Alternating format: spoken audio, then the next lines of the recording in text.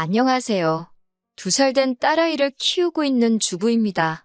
너무 속상하고 화나는 요즘 마땅히 털어놓을 곳도 풀 곳도 없어서 여기를 찾아왔어요. 시어머니는 저더러 윗사람답지 못하다며 무조건 이해하라 하시는데 이러다간 제가 제명에 못 죽을 것 같네요. 남편과는 30이 한참 넘은 나이에 지인의 소개로 만났습니다. 나이가 있었던 만큼 결혼 상대라는 무언의 전제하에 만남을 시작했어요. 20대에 만나 불같은 사랑을 하고 동화 같은 연애를 한 것은 아니지만 그래도 같이 있으면 의지가 되고 안정이 되는 사람이었지요. 평생을 함께해도 괜찮겠다. 그런 확신이 들 때쯤 남편이 먼저 결혼하자고 프로포즈를 해왔고 그렇게 결혼 약속을 했습니다. 연애부터 결혼까지 뭐 하나 유별나거나 모난구석 없이 원만하게 이루어졌네요. 남편이나 저나 나이가 있다 보니 결혼을 하자마자 아이를 갖기로 했었어요. 신혼을 즐기고 싶은 마음이 아예 없던 것은 아니지만 그런 여유를 부릴 상황이 아니었지요. 그런데 솔직히 금방 생길 줄 알았던 아이가 1년이 지나도록 생기질 않더군요. 몸에 좋다는 것도 챙겨 먹고 운동도 규칙적으로 하고 잠자리도 날짜에 맞춰서 했을 만큼 저희 선에서 할 수 있는 건 다 했던 것 같아요. 하지만 어쩐 일인지 도통 소식이 없대요. 속이 까맣게 타들어가는 것 같았지요. 결국 저와 남편은 상의 끝에 병원을 찾았습니다. 사실 저는 진작부터 병원에 가고 싶었는데 남편은 영 내켜하질 않았어요. 별다른 이유가 있는 것은 아니라면서 그냥 조금만 더 우리끼리 노력하면 생기지 않을까, 이번엔 생기지 않을까 그런 식으로 미루더군요. 그런 사람한테 계속 병원에 가자고 하는 게 왠지 자존심도 상하고 그래서 저도 남편이 하자는 대로 맞춰줬던 거지요. 아무튼 결국 결혼한 지 2년 만에 병원을 찾게 되었는데 그곳에서 저도 남편도 생각지 못한 소식을 듣게 되었습니다. 저희 2사람 다 문제가 있었더군요. 저는 저대로 자궁이 약했고 남편은 남편대로 정자수가 부족하답니다. 생각지도 못한 당혹스러운 이야기였고 저도 남편도 감히 서로를 탓할 수 없는 상황이었네요. 남편은 남편대로 자신에게, 저는 저대로 제 자신에게, 그리고 솔직히 잠깐이나마 서로가 서로를 원망하기도 했어요. 한 사람만이라도 정상이었다면 아이가 생기지 않았을까 하는 그런 아쉬움에서 나왔던 원망이었지요. 게다가 또 양가 어른들께는 뭐라고 말씀드려야 할지 머리가 지끈지끈 아파오더라고요. 결국 저희는 서로의 입장을 위해 상대에게도 문제가 있다는 이야기는 하지 않기로 했어요. 저는 친정부모님께 제가 문제가 있다고 말씀드렸고 남편은 시부모님께 자기가 문제가 있다고 얘기한 거지요. 그러면 적어도 사위며느리 탓은 안 하실 테니 가정의 평화가 유지되지 않겠냐는 저희 나름의 묘책이었네요. 그리고 이는 어느 정도 효과가 있었습니다. 친정에서는 저희 남편에게 미안해하셨고 시댁에서는 며느리인 저에게 미안해하셨거든요. 그렇다고 저희가 포기를 한 건 아니었어요. 병원에서도 아예 가능성이 없다고 한 건 아니니까 계속해서 노력을 했지요. 한편 저희가 한창 마음고생을 하던 그때 시댁에서 좋은 소식이 들려왔습니다. 남편에겐 6살 어린 이제 막 30대가 된 신우가 있었는데요. 그 신우가 결혼을 한다더군요. 좋게 말해서 천방지축이지. 솔직히 개차반이 따로 없다고 표현해도 될 만큼 예의없고 제멋대로인 신우가 결혼이라니. 게다가 제가 알기로는 신우는 대학 졸업 후 단 한 번도 자기 손으로 돈을 벌어본 적이 없었습니다. 그렇다고 신우가 씀씀이가 적은 사람도 아니어서 걸핏하면 어머님 아버님께 손을 벌리기도 하고 그게 여의치 않으면 저희 남편한테도 10만 원만 20만 원만 하고 손을 벌리더군요. 그런데도 저희 남편을 포함해 누구 하나 신우더러 취업을 하라던가 나가서 아르바이트라도 해보란 소리는 절대 안 하니 옆에서 보기엔 꽤나 한심하대요. 30도 넘은 신우를 마치 아기 다루듯이 다 같이 감싸고 돌기에 급급했달까요. 제가 나서서 따끔하게 한마디 할 수도 없고 저로서는 그저 우리 신우 팔자 참 좋네 생각하고 말 뿐이었지요. 아무튼 그런 상황에서 신우가 시집을 간다 하니 가족 모두가 쌍수 들고 환영하는 분위기였답니다. 신우 남편은 모 경호업체에서 계약직으로 일하고 있다 했어요. 아버님은 그런 신우 남편의 직업이 안정적이지 않다고 탐탁지 않아 했지만 솔직히 신우도 별 볼 일 없는 상황에서 아버님이 뭘 얼마나 기대하시는 건지 잘 모르겠더라고요. 그리고 신우하는 꼴을 보아하니 애시당초 어머님 아버님의 의견은 중요하지 않은 듯 했습니다. 결혼식에 들어가는 비용도 신우는 어머님 아버님께 거의 통보식으로 얼마를 해달라 그렇게 알려왔더군요. 저희는 1원도 도움받지 않았습니다. 어머님 아버님이 대놓고 못해준다 하신 건 아니었지만 흘러가는 모양새가 해달라고 하면 안 되는 분위기였어요. 해주실 생각도 없어 보였고 뭐 솔직히 어머님 아버님이 재산이 얼마고 그걸로 2자식 다 결혼을 시키시던지 아니면 2자식 중 하나만 시키시던지 그건 제가 관여할 바는 아니었지요. 신경 쓰지 않고 있었고요. 그런데 어머님 아버님께서 정말 신우 말대로 7천만 원이란 큰 돈을 해주셨다는 걸 알게 되었을 땐 저도 남편도 사람인지라 서운하긴 하대요. 그리고 한번 서운한 마음이 들기 시작해서인지 신우나 어머님 아버님으로 인해 마음 상하는 날이 잦아지대요. 신우가 시집을 가고 얼마 지나지 않았을 때였습니다. 신우가 임신을 했다고 소식을 알려왔어요. 그 소식 자체에 서운함을 느낀 건 절대로 아닙니다.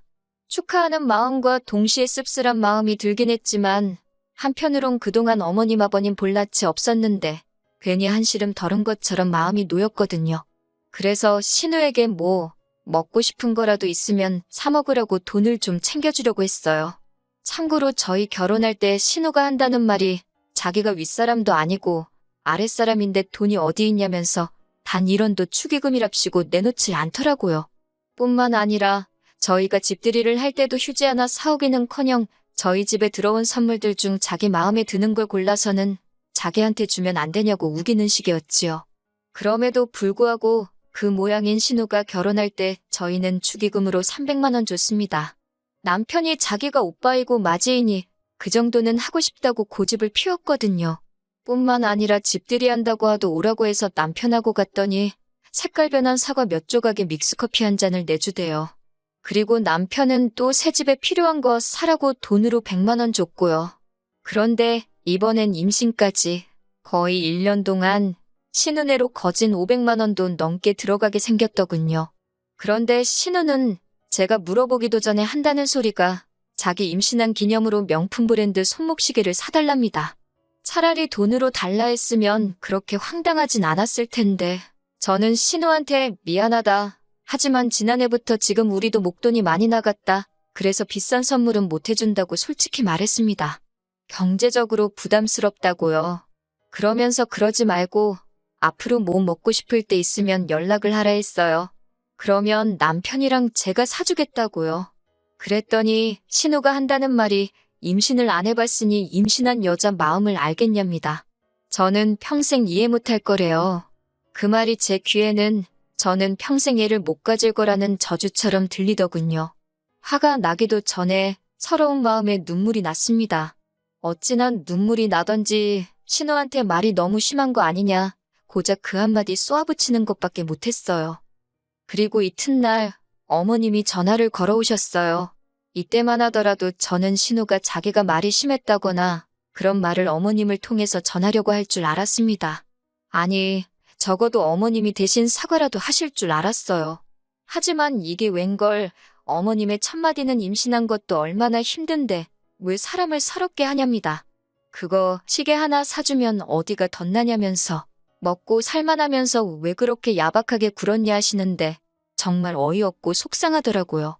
그러면서 누구 엄마 아니랄까봐 신우랑 똑같이 하시는 말씀이 임신을 겪어보질 못했으니 이해가 안 되겠지 그러시는 거예요. 어머님까지 말씀을 그렇게 하시니 솔직히 그때부턴 서운한 것보다 허탈하더군요. 잘할 필요가 없다 그런 생각도 들고 그래도 그 사건 이후로 저는 적어도 시조카에게 잘해주려고 노력했어요. 신우가 신우 남편과 외출을 한다고 시조카 좀 봐달라고 하면 군소리 없이 봐줬고 시조카는 너무 어려서 기억을 못할 뻔했지만 옷이며 신발이며 많이 사줬지요. 신우는 얄미웠지만 시조카를 보고 있으면 그냥 아기라서 그런지 작은 행동 하나하나 심지어 울음소리까지 너무 귀엽고 사랑스러웠거든요. 그렇게 3년이란 시간이 흘렀습니다.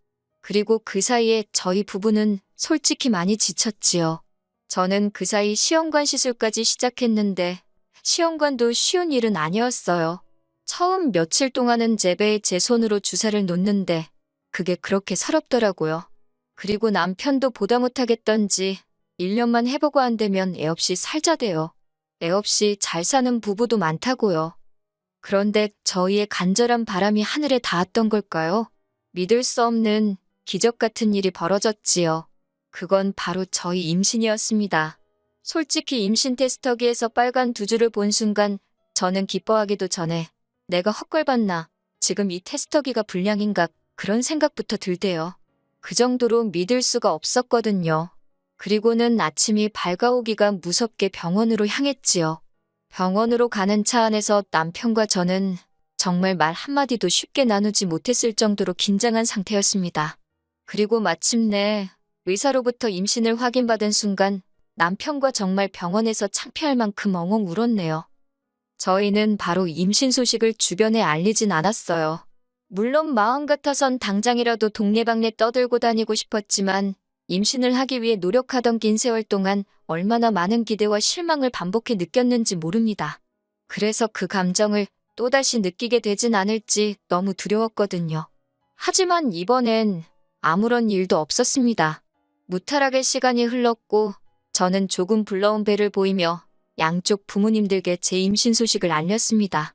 친정 부모님은 그동안 당신들이 죄인 같은 심정이었다며 거의 오열을 하셨고 시부모님께서도 정말 기뻐하셨지요. 제가 임신을 확인한 이후로 저희 부부는 합의하에 가계재정 상황을 정비해 나가기 시작했습니다. 사실 그동안엔 아무래도 신혼애가 외벌이기도 하고 애도 있었으니 상대적으로 여유 있는 저희가 명절이나 어머님 아버님 생신처럼 돈이 나가는 날들에는 금전적인 부담을 많이 지고 있던 게 사실이에요. 시조카한테도 신혼애 사정을 아니까 신경을 많이 써주었고요. 그런데 이제 저희 애가 태어날 거니까 저희도 좀 아껴 써야겠다 싶었습니다. 그래서 예전만큼은 솔직히 못했어요.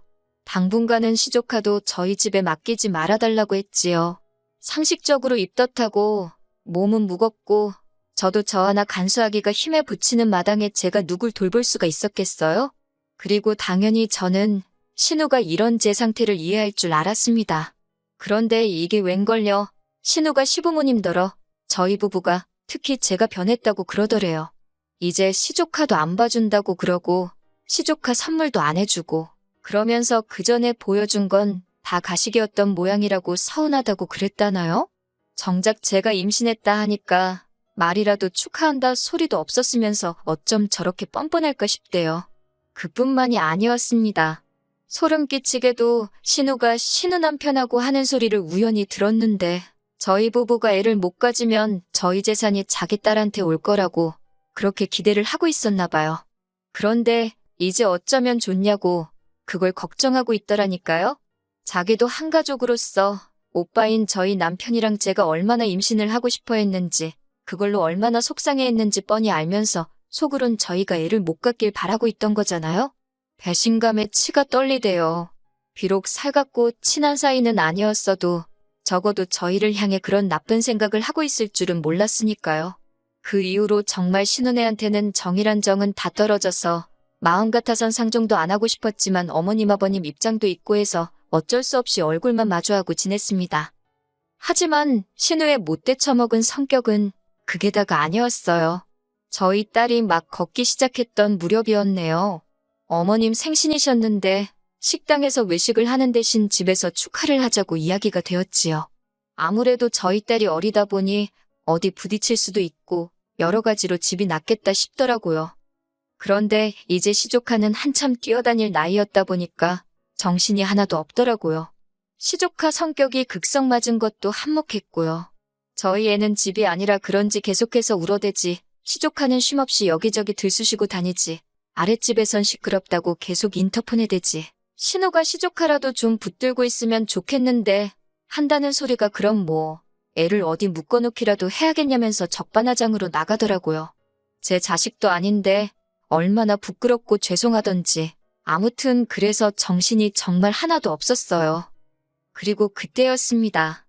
정말 아주 잠깐 저희 애가 간신히 울음을 멈추고 잠이 들었길래 거실에 뉘어놓고 주방에 갔어요.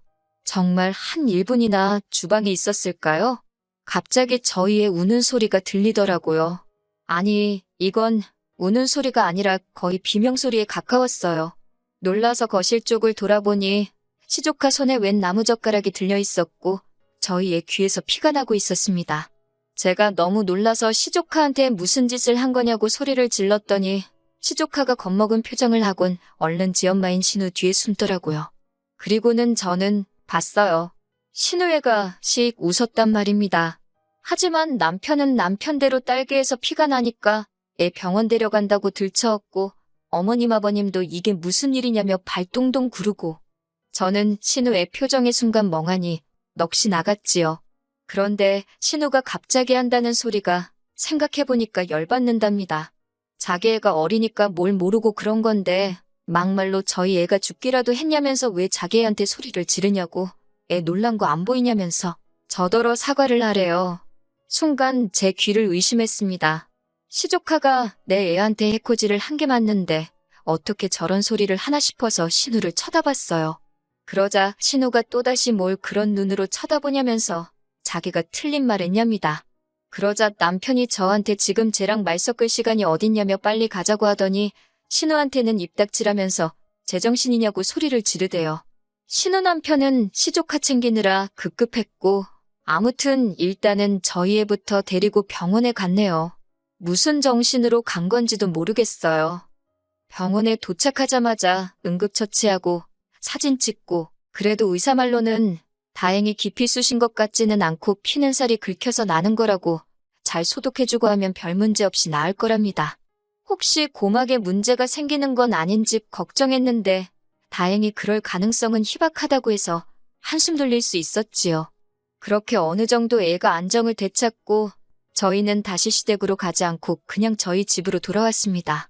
신우는 물론이고 그 상황에도 신우한테 말이라도 조용히 좀 하라 소리 한마디 안 하신 어머님 아버님 목소리도 듣기 싫어서 남편더러 전화드리라 했네요. 애는 괜찮을 거라 했지만 그날 일로 신우는 물론이고 그 집 식구들 전부한테 정이 툭 떨어졌달까요? 그리고 이튿날 아버님이 전화를 해오셨어요. 제가 안 받고 남편이 받았는데 듣기에는 남편이 상황 설명을 하면서 신우 때문에 짜증난다고 하는 것 같더라고요.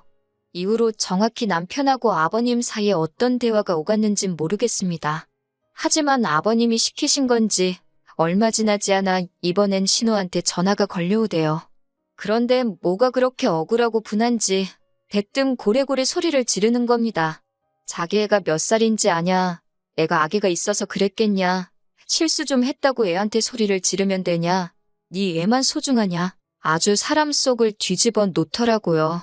결국 듣다 못한 제가 나이도 어린 게 아주 귀여울라도 유분수지 한 번만 더 그따위로 짓거리면 쫓아가서 머리털을 다 잡아 뜯어 놓을 줄 알라 했어요.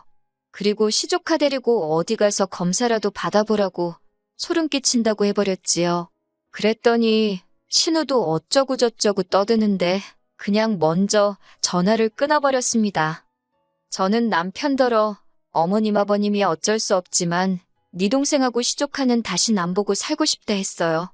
볼 때마다 우리 딸 피 흘리는 귀가 생각날 것 같아서 싫다고요. 남편도 대번에 이해한다면서 그러라 하대요. 자기도 신우 때문에 열받고 분통 터진다면서 그리고 여기서 끝났으면 제가 이렇게 글까지 쓰지는 않았을 거예요. 그런데 몇 시간 지나지 않아 이번엔 어머님까지 전화를 걸어왔습니다. 먼저 저희 애는 어떤지 물으시면서 아버님께 듣기는 하셨다며 그래도 어쨌든 낫는 거 아니냐 다행이다 하시대요. 그러더니 하시는 말씀이 그쯤 했으면 됐다고 이제 적당히 넘어가랍니다. 저희 애야 어려서 기억을 못할 테지만 시조카는 이제 제법 커서 지금 저희가 자기한테 소리 지르고 한걸 커서도 기억할지도 모른다고 이제라도 가서 달래주고 하라는 거예요. 그러면서 시조카가 어려서 장난이 심했던 건데 고작 그런 일로 어른들 사이가 틀어져서야 되겠냐고 저희더러 윗사람답게 너그러이 품어주라나요. 먼저 전화해서 신우더러 너도 놀랐겠다. 미안하다. 우리 잘 지내보자 하라고요. 시자는 시자라더니 역시 어머님도 별 수 없구나 싶대요. 저는 어머님께도 그런 소리 하실 거면 연락하지 마시라 했습니다.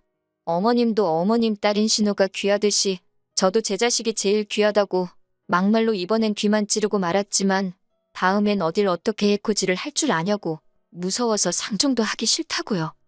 그리고 이후로 몇 달의 시간이 흘렀습니다.